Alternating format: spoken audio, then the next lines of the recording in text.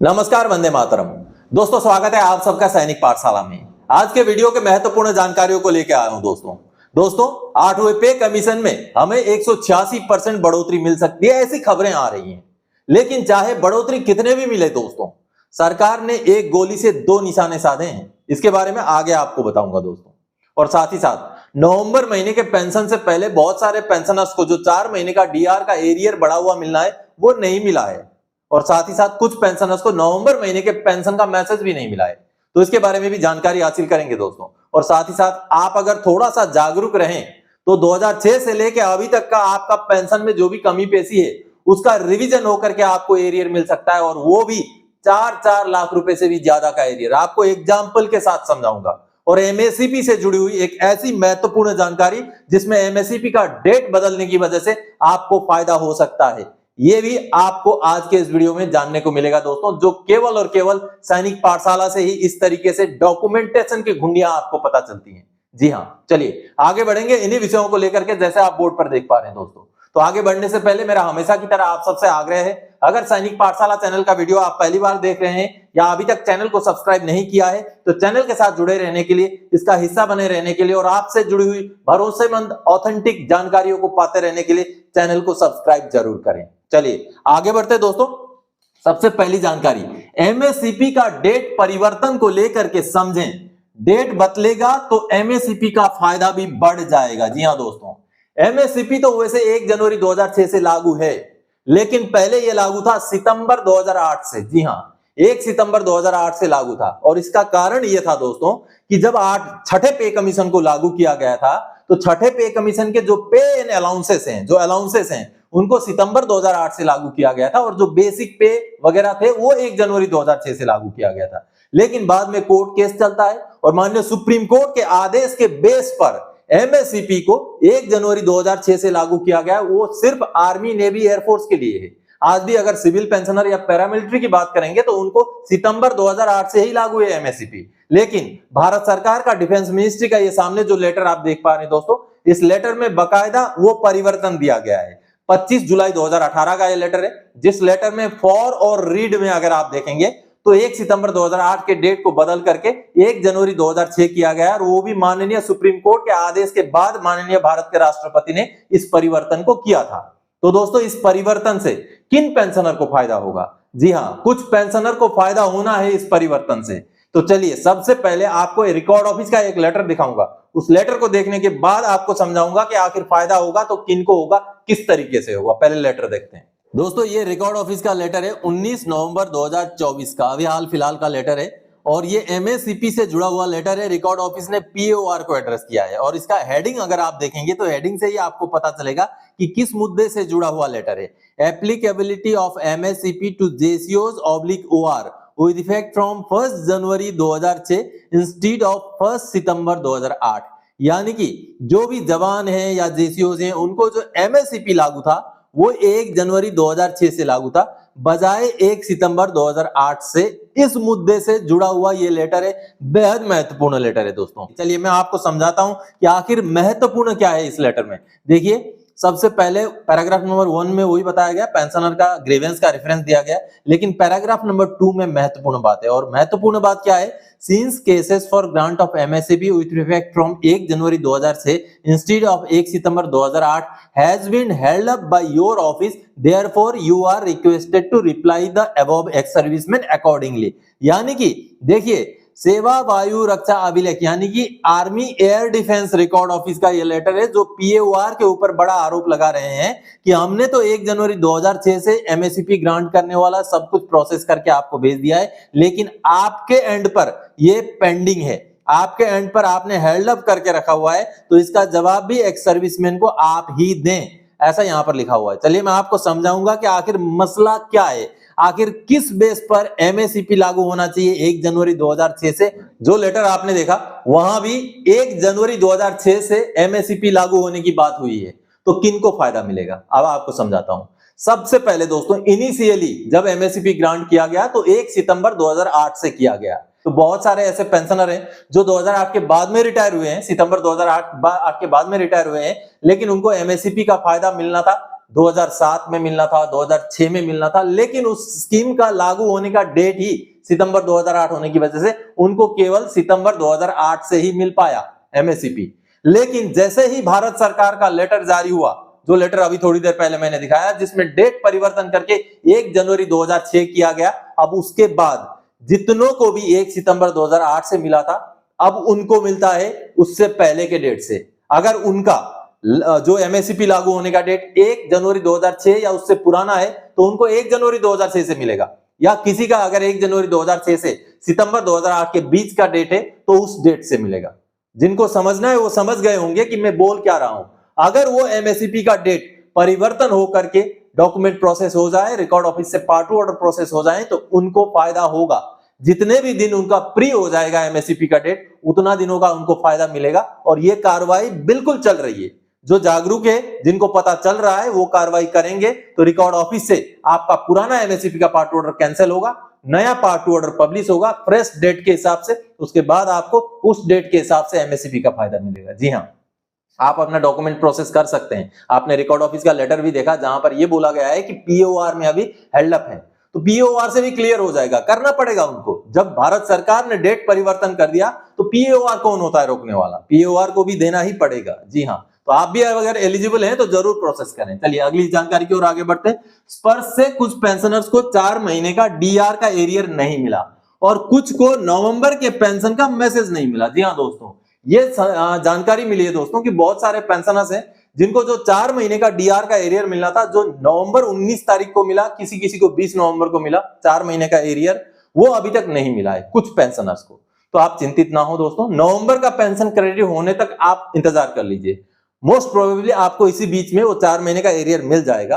और साथ ही साथ अगर किसी को नवंबर महीने का पेंशन का मैसेज भी नहीं मिला तो आप उसके लिए भी चिंतित ना हो। स्पर्श से कुछ टेक्निकल इशू होने की वजह से कभी कभी समय से मैसेज नहीं आ पाता, या कभी कभी तो आता ही नहीं है। तो इस वजह से इस बात को लेकर चिंतित ना हो, 4 महीने का एरियर भी आपको मिलेगा और नवंबर महीने का पेंशन भी आपको मिल जाएगा। चलिए आगे बढ़ते हैं अगली जानकारी की ओर। वाह, जागरूकता और मार्गदर्शन से सटीक कार्रवाई और 2006 से 2023 तक का पूरा एरियर एक झटके में 4,25,989 सभी सर्कुलर्स का भुगतान। जी हाँ दोस्तों, चलिए सीधे सीधे मैं आपको एक लेटर दिखाऊंगा, उस लेटर को देखते हैं। दोस्तों, स्टेट बैंक ऑफ इंडिया का यह लेटर है 21 नवंबर 2024 का, जो पेंशनर को एड्रेस किया गया है। और दोस्तों ये लेटर बेहद महत्वपूर्ण है क्योंकि इस लेटर के तहत पेंशनर को हर सर्कुलर का फायदा देते हुए नॉन पेमेंट सर्टिफिकेट भी जारी किया गया है। और नॉन पेमेंट सर्टिफिकेट भी 1-2 लाख का नहीं, 4 लाख से भी ऊपर का अमाउंट का। चलिए मैं आपको दिखाऊंगा आगे कि नॉन पेमेंट सर्टिफिकेट किस तरीके से जारी किया गया है। ये देखिए, नॉन पेमेंट सर्टिफिकेट जो है स्पर्श को भेज दिया गया है। ये यहाँ पर लिखा हुआ है 21 नवंबर 2024 के तारीख का जो नॉन पेमेंट सर्टिफिकेट है, ये यहाँ पर पेंशनर को जानकारी दी गई है। और चलिए नॉन पेमेंट सर्टिफिकेट का कॉपी आपको दिखाता हूँ। ये रहा नॉन पेमेंट सर्टिफिकेट, ये देखिए 21 नवंबर 2024 का ही नॉन पेमेंट सर्टिफिकेट है। और ये नॉन पेमेंट सर्टिफिकेट स्पर्श को जो है एड्रेस किया गया है। यहाँ पर आप देखिए स्पर्श को भेजा गया है। और किसने भेजा है? CPPC, state bank of India Delhi का जो सीपीपीसी है उन्होंने भेजा है। और यहाँ पर देखिए, और सर्कुलर कौन से सर्कुलर का ये जो है रिवीजन किया गया है, 631, 555, 570, 666। देखिए दोस्तों, ये सारे सर्कुलर्स को इंक्लूड करके पेंशनर का जो एरियर है, हवलदार के बजाय उनको ऑनरेरी न्याय सुधार का पेंशन लागू था, लेकिन उनको हवलदार का पेंशन दिया जा रहा था, तो उनको अभी 4,25,989 रुपए का एरियर भुगतान को लेकर के ये नॉन पेमेंट सर्टिफिकेट सीपीपीसी ने स्पर्श को भेजा है। चलिए कैलकुलेशन शीट आपको दिखाऊंगा जो बेहद महत्वपूर्ण है, क्योंकि आगे अगर कैलकुलेशन शीट आप देखेंगे तो और एक चीज आपको पता चलेगा जो और भी महत्वपूर्ण है दोस्तों। चलिए उस कैलकुलेशन शीट को देखते हैं। ये देखिए, यहां पर अगर आप कैलकुलेशन शीट देखेंगे कि उनको 1 जनवरी 2006 में जो बेसिक दिया गया वो 3335 रुपए करके दिया गया, जबकि यहां दिखाया गया है दिया जाना चाहिए था 7,940 रुपए। अब यहां पर भी गड़बड़ी है दोस्तों। ये जो 7,940 रुपए है दोस्तों, ये नायब सुधार का 568 सर्कुलर का रेट है। जी हां, नायब सुधार का 568 सर्कुलर का रेट है, जबकि आपने पहले पेज में आपने देखा था कि वहां पर 631 सर्कुलर का जिक्र था। अगर 631 सर्कुलर के रेट के हिसाब से यहां इंप्लीमेंट किया जाए तो और पेंशनर को फायदा होगा, क्योंकि 631 सर्कुलर का 1 जनवरी 2006 से जो ऑनरेरी न्याय सुधार का रेट है वो 8,330 रुपए है। लेकिन चलिए, भागते भूत की लंगोटी ही सही, अभी पहले ये पेंशनर इस अमाउंट से ले ले, पहले ये जो रेट है, इस रेट से पहले ले लें, ये जो भी 4 लाख से ऊपर का एरियर बनाए ये ले लें। ये पूरा कैलकुलेशन किया गया और ये कैलकुलेशन करके अगले पेज में आपको दिखाऊंगा टोटल जो कैलकुलेशन बनाया गया वो किस तरीके से उनका पूरा एरियर जो है इंक्लूड करके। यहां पर देखिए ये जो समरी बनाया गया है उनको कितना दिया जाना चाहिए था और कितना दिया गया और कितना बचा हुआ है वो समरी यहां पर आप देख पा रहे हैं। जो टोटल एरियर उनका बन रहा था वो बन रहा था 7,11,105 रुपए, जिसमें से 2,85,116 रुपए उनको ऑलरेडी भुगतान कर दिया गया है, जिसका ब्यौरा यहां पर आप देखेंगे तो यहां पर आपको उसका ब्यौरा दिखेगा।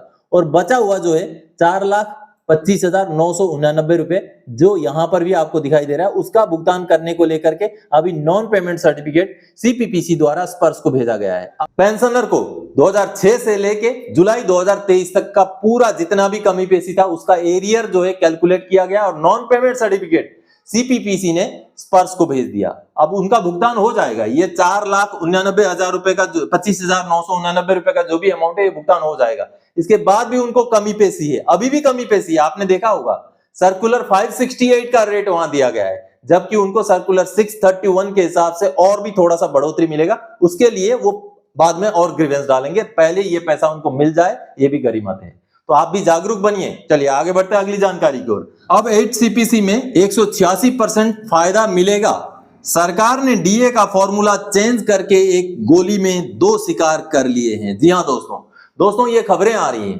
कि 186% तक बढ़ोतरी मिल सकता है हमारा पेमेंट या पेंशन में, 8वें पे कमीशन में। ये जो खबरें आप देख रहे हैं, ठीक है, अगर इनको हम सच मान भी लें, हालांकि ये अंदाजतन खबरें हैं, इन खबरों में कोई 100% पुष्टि नहीं है, लेकिन फिर भी चलिए हम सही मान भी लेते हैं और 186% की बढ़ोतरी हो भी जाती है तो क्या बढ़ेगा। जैसे मैंने यहां पर बोला कि एक गोली में 2 शिकार कर दिए हैं। एक गोली में 2 शिकार का मतलब क्या होता है दोस्तों? मैंने पिछले दिनों ही आपको एक आंकड़ा सामने रखा था और आंकड़े मैंने ऐसे हवा-हवाई नहीं रखे थे। संसद में पूछे गए सवाल के जवाब के तौर पर जब सरकार ने यह बताया था कि जो डीए निर्धारण करने वाला फॉर्मूला है उसको बदला गया है, जैसे कि जो खाद्य महंगाई का जो वेटेज है उसको कम किया गया है, जो बेसिक चीजें हैं उनके वेटेज को कम किया गया है, जिस वजह से जो डीए डीआर का बढ़ोतरी जितना होना था महंगाई के हिसाब से उतना डियरनेस अलाउंस यानी महंगाई भत्ते में बढ़ोतरी नहीं हुई है, जिस वजह से एक तो सरकार को महंगाई भत्ता कम देना पड़ा, वो एक फायदा, एक गोली का एक शिकार हुआ। अब दूसरा शिकार वो हुआ दोस्तों कि जब भी पे कमीशन आता है तो डीएडीआर का बड़ा रोल होता है फिटमेंट फैक्टर निर्धारित करने में। अगर मिसाल के तौर पर आप देखें तो 7वां पे कमीशन जब लागू किया गया था तो दिसंबर 2015 तक डीए का परसेंटेज 125% था और उसको जब बेसिक में मर्ज किया गया तो 2.25 का फॉर्मूला ऑलरेडी बन गया। उसके बाद सरकार की तरफ से ऐड करके 2.57 दिया गया। लेकिन अब की बार चूंकि डीए का परसेंटेज बहुत ज्यादा नहीं है, अब की बार तो 53% अभी है, तो मुश्किल से अगर बहुत हुआ तो दिसंबर 2025 तक 65% पहुंचेगा, वो भी बहुत अगर बढ़ोतरी हुई तब। तो 65% को अगर आप मर्ज करेंगे तो 1.65 बनता है और उसमें सरकार की तरफ से अगर कुछ मिला भी दिया जाए तो मुश्किल से 1.86 या तो फिर 1.92 या तो बहुत ज्यादा गया तो 2% तक का जो है मल्टीप्लीकेशन, 2 पॉइंट तक का मल्टीप्लीकेशन जा सकता है। तो कहीं ना कहीं ये एक सोचने वाली बात है। तो आगे आने वाले समय में फिटमेंट फैक्टर निर्धारित करते समय सरकार को ध्यान देना पड़ेगा कि पेंशनर्स और कर्मचारियों को नुकसान ना हो। जो फिटमेंट फैक्टर का जो ये डीएडीआर का तरीका बदला गया उस वजह से जो नुकसान हुआ है वो नुकसान पे कमीशन में ना आए, ये सरकार को ध्यान देना जरूरी है। और जो भी पे कमीशन बैठेगा, जो भी कमेटी बनेगी, उस कमेटी को भी इन चीजों को ध्यान रखना पड़ेगा कि 2016 से लेकर के 2025 तक की जो डीए की बढ़ोतरी हुई है वो कम हुई है। पिछले सालों के अगर आंकड़े आप देखेंगे, चाहे तीसरे, चौथे, पांचवें, छठे किसी भी पे कमीशन के आप आंकड़े देखेंगे तो इतना कम डीएडीआर की बढ़ोतरी नहीं हुई है। तो इन चीजों को ध्यान में रखते हुए कमेटी को काम करना पड़ेगा। चलिए वो तो समय जब आएगा इन मुद्दों को हम जरूर उठाएंगे, लेकिन आपको जानकारी देना चाहता था कि 186% चाहे हो जाए, हमें जो बढ़ोतरी मिलेगा वो डीए के परसेंटेज के बेस पे ही मिलेगा दोस्तों। तो दोस्तों आज के इस वीडियो में इन्हीं जानकारियों के साथ आया था। आगे और कोई जानकारी आपसे सरोकार रखने वाला विषय लेकर मैं फिर से हाजिर हो जाऊंगा। तब तक के लिए जय हिंद दोस्तों।